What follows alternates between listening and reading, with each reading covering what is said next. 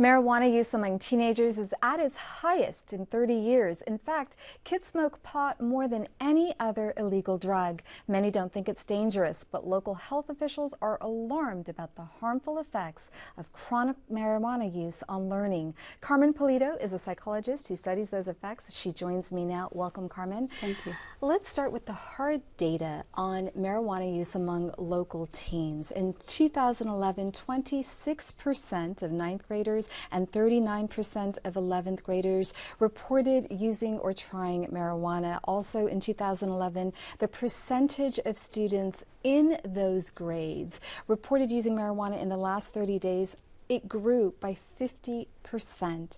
Why are more teens using marijuana now? We are all asking ourselves that question, and I think that one of the things that we have found out in our research is that maybe we have put a lot of emphasis on outreaches and community education on other substances like alcohol and harder drugs, but we have kind of like left marijuana to be. And a group of researchers at UCSD were focusing a little bit more in really getting some hard data in terms of what are the effects of marijuana use in the adolescent years so that people can make better informed decisions when it comes to initiating substance use. And in terms of information, a lot of students, a lot of teenagers think, look, marijuana is a natural herb. They know that cancer patients use it. But you've actually researched the effects of marijuana use on the brain during adolescence. What does your research show? So I'm very fortunate to be part of a larger group of researchers at UCSD, and what we have found is that recent marijuana use in adolescents that otherwise are fairly healthy show that it makes an effect in their ability to learn verbal material, to use their working memory, and to attend to information.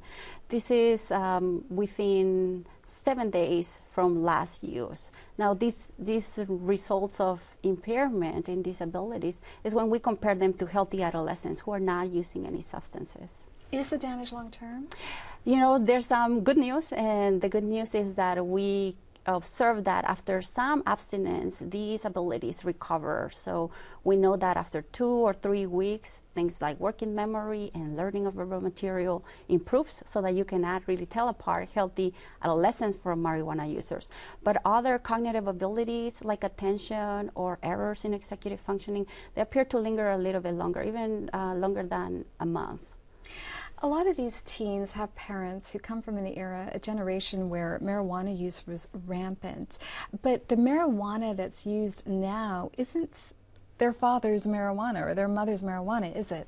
Right. So some studies suggest that there might be something up to a 6-fold increase in the psychoactive ingredient of today's marijuana.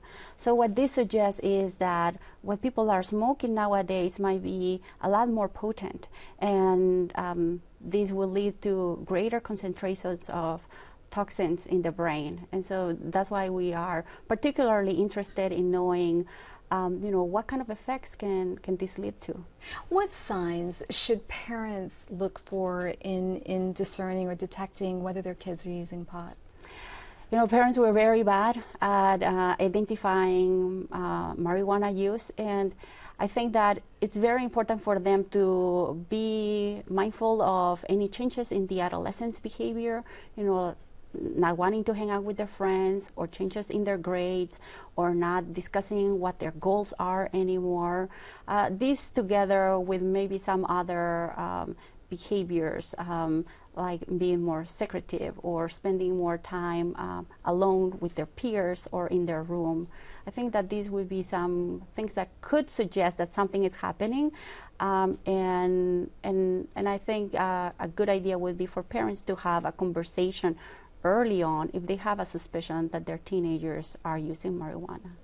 And very quickly, what effect do medical marijuana laws have on the usage of marijuana among teenagers? Well, any kind of changes in law or anything that would suggest increased availability and permissiveness of the substance that being marijuana or any other substance, is likely to increase the access and the opportunity for teenagers to use more. So this is just what these changes would suggest. We're yet to observe that. And we're running out of time, but for more information, people can go to our website, kpbs.org. Carmen, thank you for coming in today. Thank you.